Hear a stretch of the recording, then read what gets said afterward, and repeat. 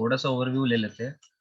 हमने पढ़ा था single column cash book, single column cash book. आज आज थोड़ा सा वो भी पढ़ेंगे हम कि मैंने कुछ क्वेश्चंस का भी बोला था कि हम डिस्कस करेंगे, तो पूछूंगा जिससे वही जवाब देना, ठीक है। Single column cash book, single column cash book में दो कॉलम्स होंगे, एक डेबिट साइड होगा और एक क्रेडिट साइड होगा, ठीक है।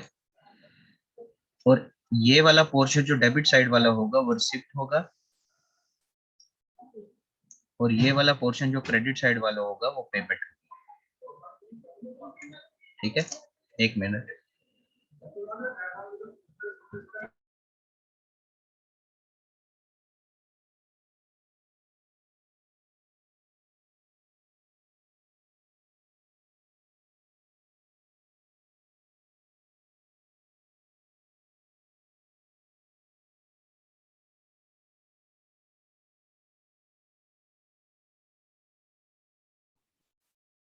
हाँ जी, तो इसमें हम पढ़ रहे थे रिसिप्ट साइड और कैश बुक में क्रेडिट साइड में पेमेंट होती है। तो जो भी आपका कैश आएगा, ठीक है, बिजनेस के अंदर, वो आप रिसिप्ट साइड डालोगे। जैसे फॉर एग्जांपल आपने क्या किया, आपने सेल्स की और सेल्स करने की वजह से आपके पास कुछ पैसा आया, वो आप यहाँ पे डालोगे, ठीक है। उसी तरह पेमेंट अगर करते हो तो आपने क्या करे, सपोज परचेजेस की, तो परचेजेस वाला जैसे ही परचेज करोगे तो पेमेंट आपकी कुछ ना कुछ होगी जो आपने दी होगी, तो जो कैश आपने दिया होगा वो आप यहाँ लिखोगे, ठीक है। उसी तरह कोई भी चीज, जैसे फॉर एग्जांपल आपने मशीनरी खरीदी, मशीनरी खरीदोगे तो कैश दोगे, ठीक है, तो भी आप यहाँ पे लिखोगे। उसी तरह सेल्स के अलावा और आप रिसिप्ट कर सकते हो, सपोज कमीशन आपने रिसीव की, तो कमीशन रिसीव की, बेसिकली आपने कैश रिसीव किया, किस वजह से, कमीशन की वजह से, तो यहाँ पे लिख दोगे आप, ठीक है। उसके बाद हम इसकी बैलेंसिंग करते हैं, वो बैलेंसिंग में बाद में बताऊंगा। ये हमने कल पढ़ा था और थोड़े से कुछ क्वेश्चंस को डिस्कस किया था, वही डिस्कशन आगे भी चलेगी। तो चलो शुरू करते हैं। पहली 4 ट्रांजेक्शन्स हमने कर दी थी,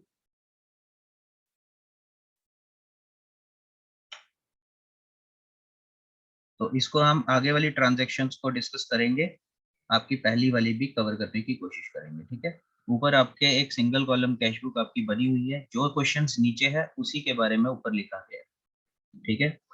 तो किस किस ने ये क्वेश्चंस किए थे,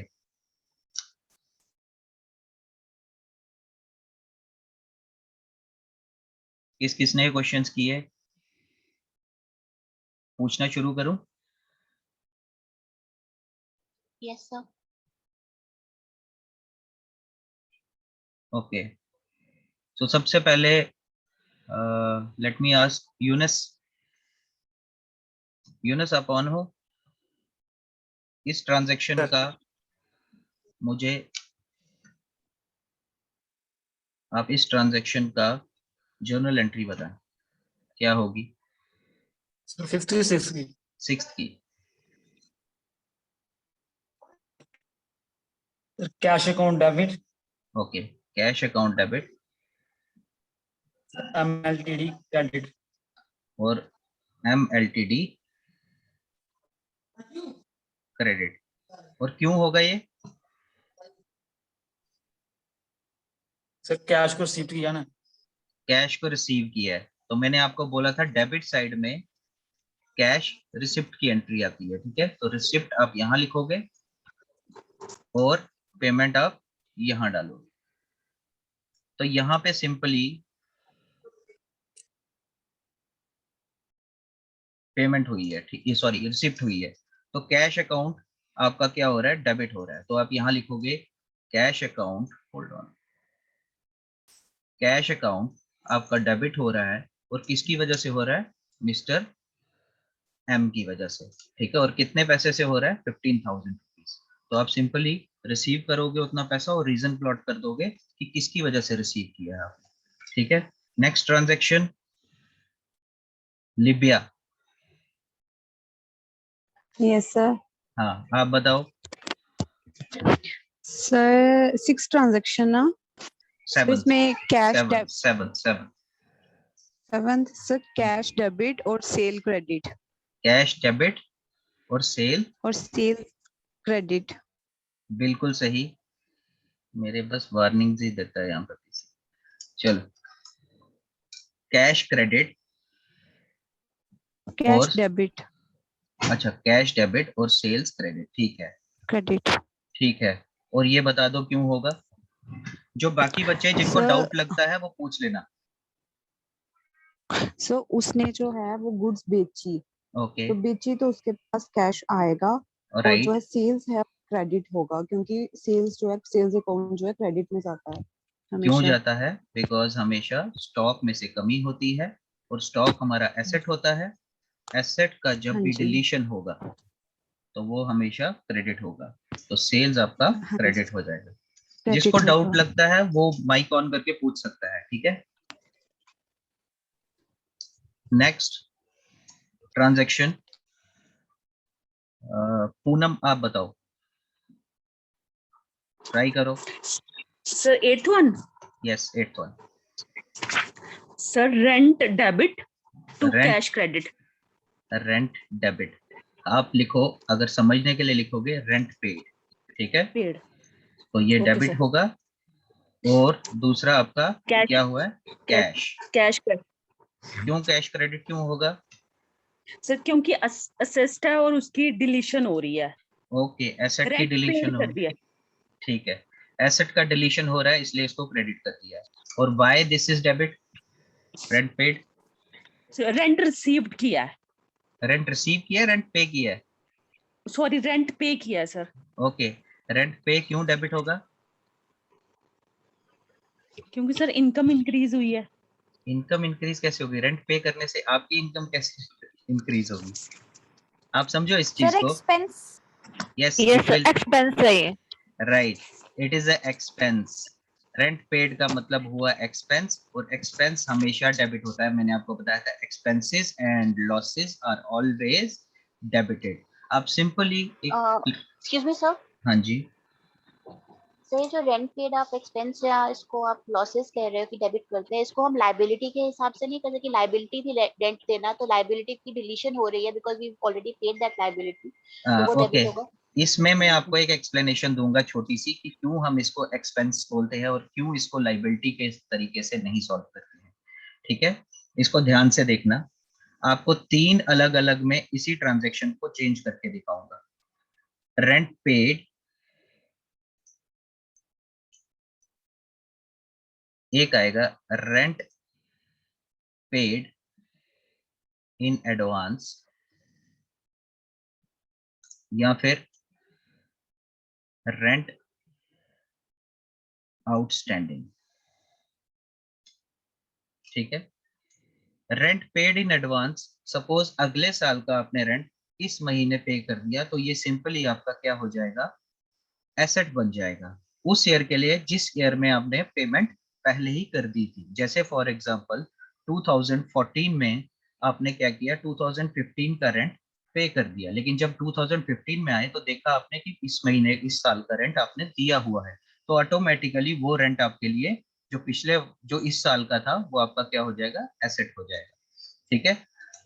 रही बात रेंट आउटस्टैंडिंग की, अगर 2014 का आपने रेंट नहीं दिया है तो 2015 में वो रेंट आपका रेंट आउटस्टैंडिंग हो जाएगा और उसको आप एज अ लाइबिलिटी रखोगे, ठीक है।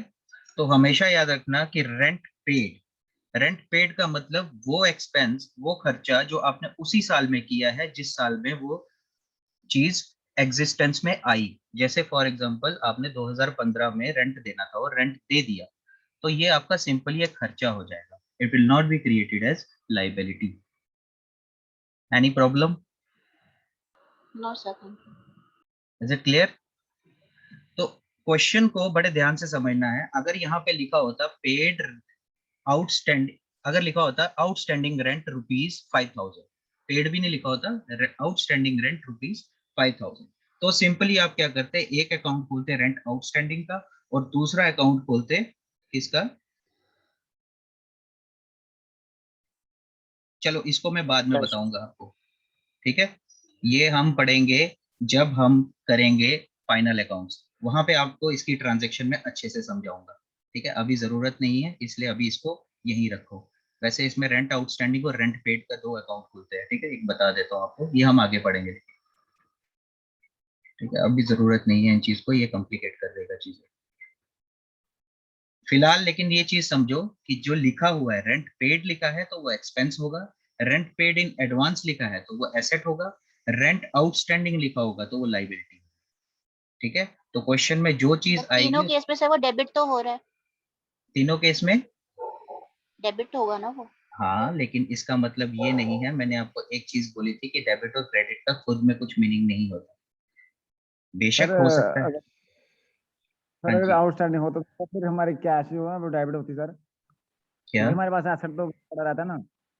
भाई, अगर आप आउटस्टैंडिंग की बात करो तो आउटस्टैंडिंग में आपने कैश दिया ही नहीं, कैश का कहाँ से एग्जिस्टेंस आएगा। सर अगर जनरल एंट्री में होगा तो जर्नल एंट्री में जब भी आएगा वो रेंट पेड के साथ लगा होगा। देखो मैं आपको बता, तभी मैं बोल रहा था ये आगे हम पढ़ेंगे, इसमें ज्यादा कॉम्प्लिकेटेड हो जाएगा। जब आप वो वाली एंट्री करोगे ना, सपोज यहाँ पे लिखा होगा रेंट आउटस्टैंडिंग 5,000 रुपीज, तो यहाँ पे कैश की तो बात ही नहीं की जाएगी, क्योंकि कैश तो हमने दिया ही नहीं, ये आउटस्टैंडिंग में है। तो सिंपली एक अकाउंट खुलता है रेंट आउटस्टैंडिंग का, जो कि आपकी क्या होगी, लाइबिलिटी होगी। रेंट आउटस्टैंडिंग लाइबिलिटी का क्रिएशन, ये क्रेडिट हो जाएगा। और दूसरा खुलता है रेंट पेड का, कि उस खाते में आप रखोगे कि हमने ये खाता पे करना है, तो इस केस में रेंट पेड आपका क्या हो जाएगा, डेबिट हो जाएगा। ठीक है, ये एक्सपेंस आपने पे करना है, आउटस्टैंडिंग है बट पे करना है। ठीक है, तो इसमें आपका कैश बुक की एंट्री नहीं आएगी, पे नहीं किया है आपने। जैसे ही नेक्स्ट ट्रांजेक्शन, सपोज इसी ट्रांजेक्शन के बाद आपका आ जाता है rent paid which was outstanding ₹5,000, तो ऑटोमेटिकली आपका कैश अकाउंट और रेंट पेड अकाउंट खुल जाएगा। ठीक है, तो इसमें कैश अकाउंट इन्वॉल्व हो गया तो ये कैश बुक में आपका आ जाएगा। समझ आई?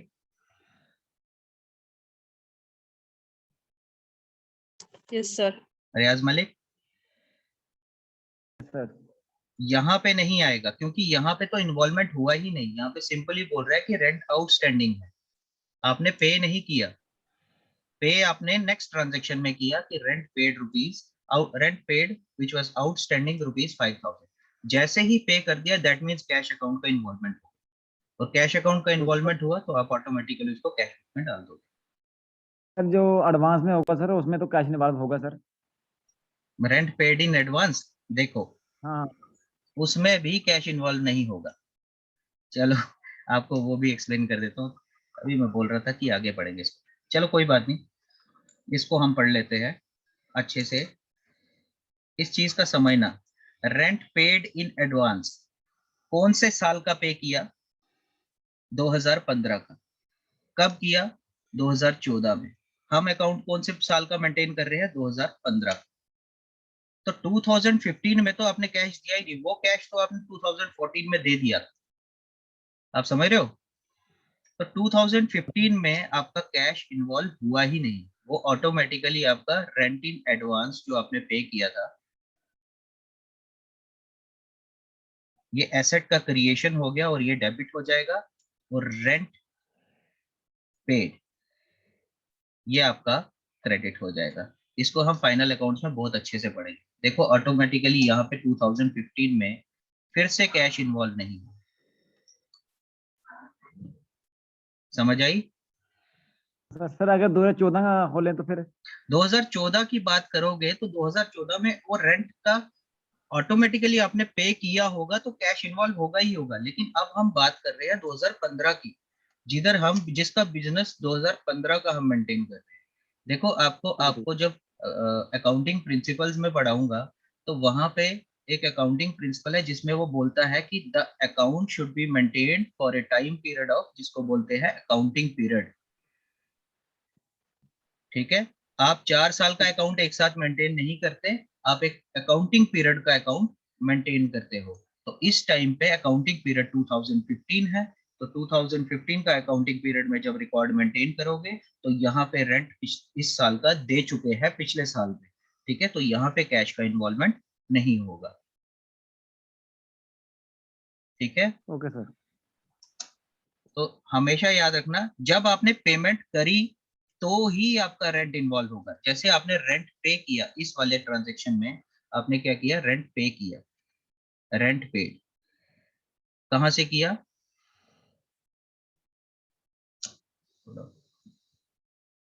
कहां से किया, कैश से किया। तो यहाँ पे आपका रेंट पेड डेबिट हो जाएगा और कैश अकाउंट क्रेडिट हो जाएगा। यहाँ पे इन्वॉल्वमेंट हो रहा है क्योंकि सिंपली पेड बोल रहा है, ना कि आउटस्टैंडिंग बोल रहा है, ना ही एडवांस बोल रहा है, ठीक है। तो इस चीज को ध्यान में रखना, क्या पूछ रहा है उस हिसाब से हमने उसको एक्सपेंस लेके चलना है, या लाइबिलिटी लेके चलना है, या फिर एसेट लेके चलना है। हो सकता है तीनों से डेबिट ही हो, बट मैंने आपको एक बात बोली थी कि डेबिट और क्रेडिट खुद में कुछ नहीं होता, जब वो किसी के साथ लगते हैं तो तभी इसका मीनिंग बनता है। वहां पे एसेट का क्रिएशन हो रहा है एडवांस में, और आउटस्टैंडिंग में आपका लाइबिलिटी का क्रिएशन हो रहा है, ठीक है। और उसी तरह रेंट पेड में आपका एक्सपेंसेस क्रिएट हो रहे हैं। चलो नेक्स्ट क्वेश्चन आप बताएं, मेरे को कौन बताएगा, मुझे ज्यादा नाम भी नहीं मालूम है।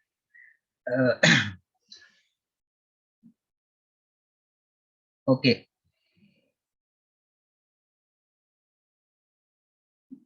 आप बता दो मेरे को। एक थापा, थापा करके भी थे कोई,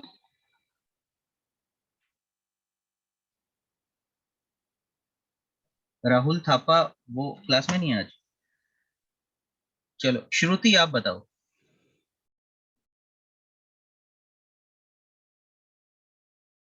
Sir, drawing account DR to cash account.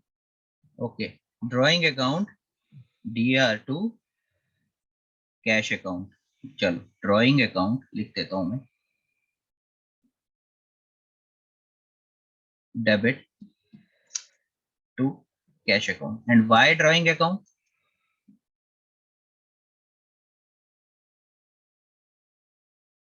क्योंकि हमारे एसेट कम हो रहे हैं ना, क्योंकि वो पर्सनल यूज के लिए विड्रॉ कर रहा है। Yes, the only reason is personal use.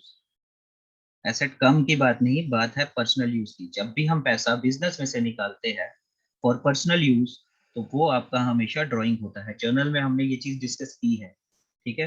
तो यहाँ पे कैश अकाउंट इन्वॉल्व हुआ है, लेकिन कैश इस बार क्या हो रहा है, क्रेडिट हो रहा है। तो ऑटोमेटिकली कैश जो होगा वो क्रेडिट साइड में एंट्री आएगी, और रीजन आप प्लॉट कर दोगे बाय ड्रॉइंग अकाउंट, ठीक है। कैश अकाउंट क्या हो रहा है, क्रेडिट हो रहा है, और किसकी वजह से हो रहा है, ड्रॉइंग अकाउंट की वजह से हो रहा है। तो आई होप कि जो सिंगल कॉलम कैश बुक है वो आपको समझ आई। अभी भी किसी को डाउट है वो पूछ सकता है मुझसे।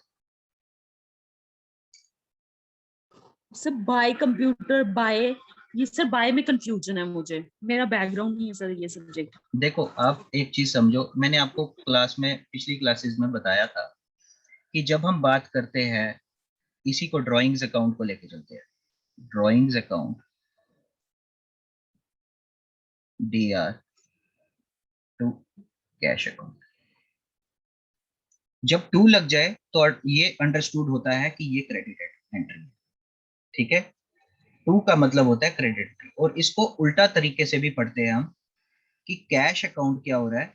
अगर जब इसको उल्टा लिखेंगे, कैश अकाउंट क्या हो रहा है, क्रेडिट हो रहा है। और हम क्या करते हैं, अब हम टू नहीं लिखेंगे इसकी जगह, इसकी जगह क्या लिख देंगे, बाय ड्रॉइंग्स अकाउंट। और ये जब बाय लगता है तो इसका मतलब होता है डेबिट, ठीक है। अब देखो ये जो एंट्री है ना, जब हम लेजर पढ़ेंगे उसमें हम अच्छे से इसको डिस्कस करेंगे। ये एंट्री दो जगह जाती है, एक जगह इस वे में जाएगी और दूसरी जगह इस वे में जाएगी, ठीक है। अब देखो आपका, आपके पास ऑप्शन होता है जब आप लेजर अकाउंट मेंटेन करते हो तो लेजर में मैंने आपको बताया था ledger is a fair copy. जैसे फिजिक्स, केमिस्ट्री या मैथमेटिक्स की आप डिफरेंट कॉपी यूज करते हो, रफ कॉपी से उस जो पड़ा होता है रफ कॉपी में वो उठाते हो और फिजिक्स में अलग से करते हो, केमिस्ट्री में अलग से करते हो और मैथमेटिक्स में अलग से डाल देते हो, तो एक 3 नोटबुक्स डिफरेंट बन जाती है। ठीक है, उसी तरह सिस्टम होता है। जर्नल जो होता है it is a type of rough copy. जो भी आपकी एंट्री आती है वो डेली के हिसाब से आप क्या करते हो, जर्नल में डाल देते हो। वो मैंने आपको पढ़ा दिया है। तो इसके बाद की जो नेक्स्ट बुक होती है दैट इज लेजर। तो लेजर में जब आप एंट्री डालते हो तो फेयर करते हो उसको, तो उस सिंगल एंट्री को 2 पार्ट्स में डिवाइड करते हो। ठीक है, एक ड्राइंग अकाउंट क्या हो रहा है, डेबिट हो रहा है। तो ड्राइंग अकाउंट के किताब में आप, ये ड्राइंग अकाउंट है, यहाँ लेजर में भी बताऊंगा आपको। ड्राइंग अकाउंट में भी आपका एक डेबिट होगा और एक क्रेडिट होगा। तो ड्राइंग अकाउंट जब डेबिट हो रहा है तो आप लिखोगे ड्राइंग अकाउंट डेबिट, और किसकी वजह से हो रहा है, टू कैश अकाउंट। ठीक है, उसी तरह दूसरी बुक होगी कैश अकाउंट की। दूसरी जो लेजर होगी वो कैश अकाउंट की होगी। वहां पे ऐसे कैश अकाउंट लिखा होगा और वहां पे इस साइड डेबिट होगा और इस साइड क्रेडिट होगा। ठीक है, आप देखो कैश अकाउंट क्या हो रहा है, क्रेडिट हो रहा है। तो कैश अकाउंट को क्रेडिट कर दोगे, सिंपली अंडरस्टैंड हो जाएगा। नीचे क्या लिखा है, बाय ड्राइंग अकाउंट, तो यहाँ पे लिख दोगे बाय ड्राइंग अकाउंट। ठीक है, तो आपके पास 2 ऑप्शन होते हैं। देखो यहाँ पे कैश अकाउंट बन रहा है, ठीक है, लेजर में। लेकिन आपके पास एक और ऑप्शन होता है कि आप कैश अकाउंट को ना बना के आप सिंपली एक सेपरेट बुक बना लो जिसका नाम दिया जाता है कैश बुक। ठीक है, तो ये अगर आप मेंटेन नहीं भी करते हो, अगर कैश बुक मेंटेन करते हो इसकी जगह, तो ये भी सही है। ठीक है, तो क्वेश्चन भी आता है कि if you are maintaining a cash book in the accounts, which of the following ledger need not to be maintained by a person. Option में दिया गया होगा ड्राइंग अकाउंट, कैश अकाउंट या फिर बैंक अकाउंट या कुछ और दे दिया होगा। तो आपने ऑप्शन में चूज करना है सिंपली कैश अकाउंट। अगर कैश बुक मेंटेन कर रहे हो तो कैश अकाउंट मेंटेन करने की जरूरत नहीं पड़ती। ठीक है, तो ये हम लेजर में भी डिस्कस करेंगे। अभी मैं आपको सिर्फ एक ओवरव्यू दे रहा हूँ इसका। अब समझ आई बाय क्यों यूज होता है? Clear sir, okay thank you. Okay, चलो अब हम पढ़ेंगे double column cash book. Single column cash book में किसी को कोई doubt? Can we say classification of different entries? Yes, it is a classification, Preeti. It is basically classification। मैंने आपको प्रोसेसेस बताए थे और उसके साथ साथ उन प्रोसेसेस के बुक्स भी बताए थे। जैसे फॉर एग्जांपल क्लासिफिकेशन आपकी यूज होती है लेजर में। ठीक है, इससे ऊपर एक बुक होती है जर्नल, जिसमें कौन सी प्रोसेस यूज होती है, रिकॉर्डिंग। ठीक है, उसके बाद आप क्या करते हो, बैलेंसेस करते हो ऑफ लेजर। ठीक है, उसको बोला जाता है, उल्टा हो गया, इधर लिख देता हूं, समराइजेशन। ठीक है, जिसके लिए हम बैलेंसेस यहाँ पे लेजर से बना सकते हैं, यहाँ इसके साथ एक और ऑप्शन होता है, हम एक सिंपली ट्रायल बैलेंस बना लेते हैं। ठीक है, ये भी बताऊंगा आगे क्या होता है। फिर नेक्स्ट स्टेप होता है हमारा सिंपली स्टेप फॉरवर्ड। ये जो बैलेंसेस होते हैं ये उठ के जाते हैं सीधा फाइनल अकाउंट्स में। और फाइनल अकाउंट्स में आपके पास 3 अलग अलग ऑप्शन होते हैं, जिसमें आपका सबसे पहले होता है ट्रेडिंग अकाउंट, और यहाँ पे होता है प्रॉफिट एंड लॉस अकाउंट, और तीसरा होता है बैलेंस शीट। ये जो बैलेंसेस होते हैं, यहाँ से उठ के इन तीनों में जो जिसको परटेन करता होगा उसमें चला जाता है। ये मैं आगे एक्सप्लेन करूंगा आपको। ठीक है, लेकिन आप समझो इस चीज को कि recording journal, classification ledger, summarisation trial balance, और उसके बाद फाइनल अकाउंट्स आपका trading, profit and loss and balance sheet में। चलो फिर आगे चलते हैं।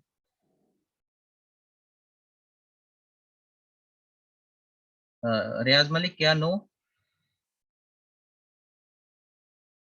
सर डाउट कोई नहीं। अच्छा ठीक है, ओके। चलो double column cash book, shifting towards double column cash book.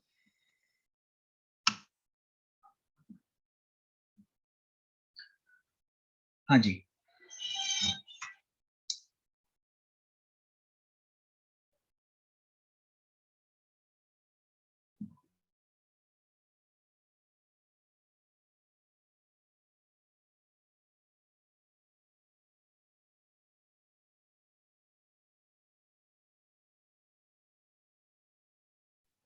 Hello, हाँ सॉरी एक छोटा सा कॉल आ गया था। चलो अब देखो, same to same is the case with double column cash. इसमें आपके 2 कॉलम होंगे डेबिट साइड में और 2 कॉलम होंगे आपके क्रेडिट साइड में। वहां पे सिंगल कॉलम था तो 2, वहां पे एक डेबिट में था और एक क्रेडिट में था। यहाँ पे 2 कॉलम होंगे, या तो ये कैश और बैंक का हो सकता है दोनों साइड, या फिर कैश एंड डिस्काउंट का हो सकता है, या फिर बैंक और डिस्काउंट का हो सकता है। तो अगर आपसे कोई पूछे कि डबल कॉलम कैश बुक में कौन से 2 होते हैं, तो उसमें आपका हमेशा और चलेगा, बैंक और डिस्काउंट, कैश और डिस्काउंट, या कैश और बैंक। ठीक है, तो चलो लेकिन हम यहाँ पे डिस्कस करेंगे कैश और डिस्काउंट वाली डबल कॉलम कैश बुक। ठीक है, कैश एंड डिस्काउंट वाली, जिसमें 2 कॉलम होंगे डेबिट साइड में कैश और डिस्काउंट के, और 2 कॉलम होंगे क्रेडिट साइड में कैश और डिस्काउंट के। तो पहला बताओ क्या ट्रांजैक्शन इसका क्या होगा, रियाज आप बताओ। सर कैपिटल अकाउंट क्रेडिट होगा और कैश अकाउंट डेबिट होगा। ओके, कैपिटल अकाउंट क्रेडिट होगा और कैश अकाउंट डेबिट होगा, क्योंकि बिजनेस के पास पैसा आएगा तो एसेट का क्रिएशन होगा, ये डेबिट हो जाएगा। उसी तरह कैपिटल अकाउंट क्रेडिट होगा बिकॉज बिजनेस के ऊपर लाइबिलिटी भी बढ़ रही है, लाइबिलिटी का क्रिएशन दैट मींस क्रेडिट। ठीक है, तो पहली ट्रांजैक्शन को आप प्लॉट करोगे सीधा डबल कॉलम कैश बुक में लाइक दिस। ठीक है, cash account debit to capital account और 4 लाख रुपीस डाल दोगे। ठीक है, ये देखो 2 कॉलम बने हुए हैं, डिस्काउंट का और ये कैश का है।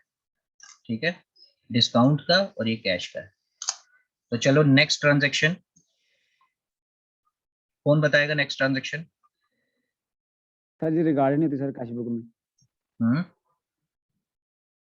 ये रिकॉर्ड नहीं होगी कैश बुक में। परचेज क्रेडिट नहीं मशीनरी, पहले आप जर्नल एंट्री बताओ इसकी, बाद में देखेंगे रिकॉर्ड होती है कि नहीं। मशीनरी अकाउंट या to Z Machinery limited. account or to C limited.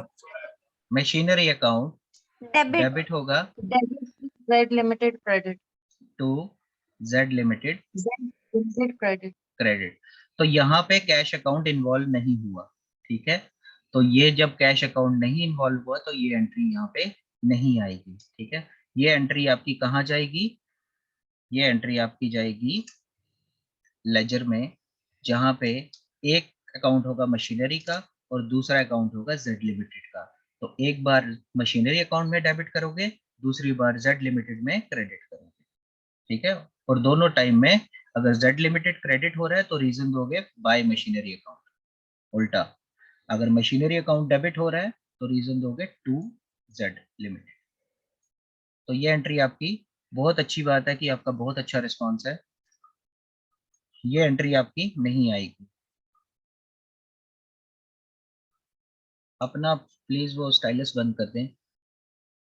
चलो next transaction, purchase goods worth ₹80,000 at a trade discount of 10% on credit for A and Co. Sir ये वाली ट्रांजैक्शन Is भी account record to नहीं होगी। Purchase account debit to to cash A account and credit. Co. Discount received account भी आएगा। Cash sir trade account, discount तो आता ही नहीं है। Sir purchase trade account discount debit नहीं टू लेते कैश हैं ना अकाउंट हम क्रेडिट। इसमें। यस ट्रेड डिस्काउंट नहीं Discount लेते show हैं। नहीं करते हम। ओके, अब वेट कर लो, मुझे पूछने दो एक बंदे से। ठीक है, पूनम आप बताओ।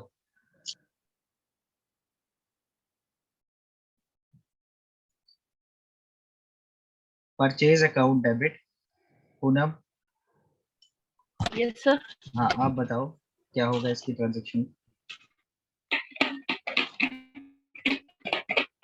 परचेज अकाउंट डेबिट, ओके, और and corporation credit, A and को क्रेडिट।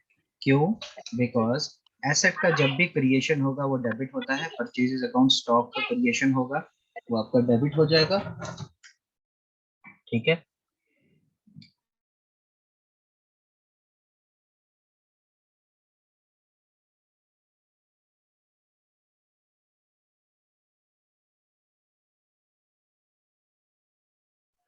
परचेजेस अकाउंट आपका डेबिट हो जाएगा और मिस्टर ए एंड को जो कि आपके लिए क्या हो जाएगा, अब आपने उनसे परचेजेस किए तो लाइबिलिटी का क्रिएशन हो जाएगा तो ये क्रेडिट हो जाएगा।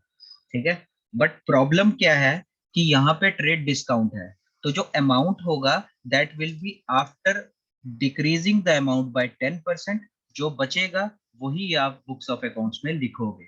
ठीक है, तो परचेजेस अकाउंट कितने से डेबिट होगा, that will be debited bye 80,000 का 10% कितना होता है,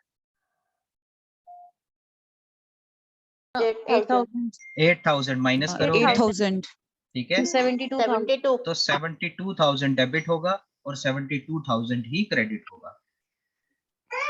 एक चीज मैं ओवरव्यू देता हूं इसका, छोटा सा चीज जो मैंने जर्नल में नहीं बताई थी यहाँ पे बता रहा हूं। आप चीज हमेशा समझना कि अब देखो आपने 80,000 का सामान 72,000 में खरीदा। ठीक है, तो अब जब आप रिटर्न करने जाओगे चीजें, सपोज यहाँ पे आपने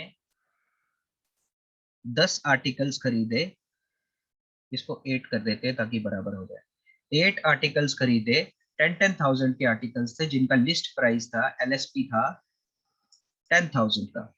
ठीक है, तो 8 आर्टिकल्स खरीदे तो टोटल आपने कितना दिया, 80,000 देना था, लेकिन वो बोलता है 10,000 10% आपका ट्रेड डिस्काउंट हो गया।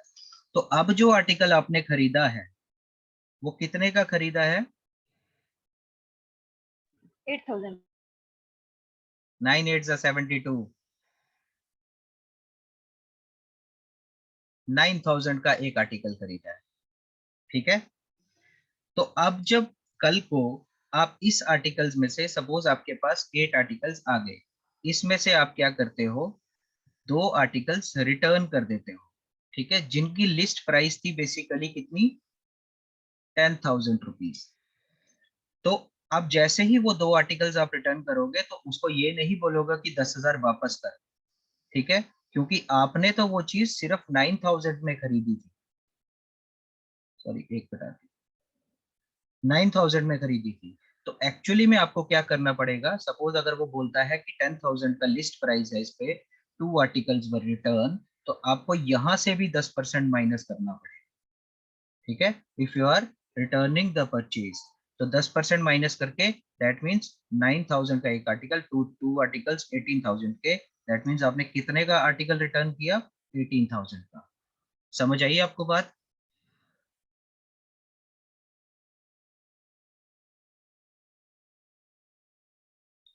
समझ आया? जी सर। आपको जब भी रिटर्न करना है तो रिटर्न आपका ऐसा नहीं है कि आप 9,000 की चीज खरीदोगे तो आप उसको कल को वापस करोगे तो 10,000 की असल में उसकी जो कॉस्ट है वो मांगोगे उससे, आप 9,000 ही मांग सकते हो। इसीलिए क्या है, अगर वो बोलता है कि आपने 2 आर्टिकल रिटर्न किए जिनका लिस्ट प्राइस 10,000 रुपीज है, तो ऊपर देखना है कहीं ट्रेड डिस्काउंट आया है कि नहीं। अगर ट्रेड डिस्काउंट आया है तो आप इसमें से भी ट्रेड डिस्काउंट माइनस करके फिर जो वैल्यू बनेगी वही लिखोगे अकाउंट में। ठीक है, तो चलो नेक्स्ट, ये आपको समझ आ गया होगा, ये बुक्स ऑफ अकाउंट्स में नहीं है, सॉरी कैश बुक में नहीं आएगी, बुक्स ऑफ अकाउंट्स में तो आएगी, लेजर में आएगी। चलो नेक्स्ट वाली ट्रांजैक्शन लिबिया, आप बताओ।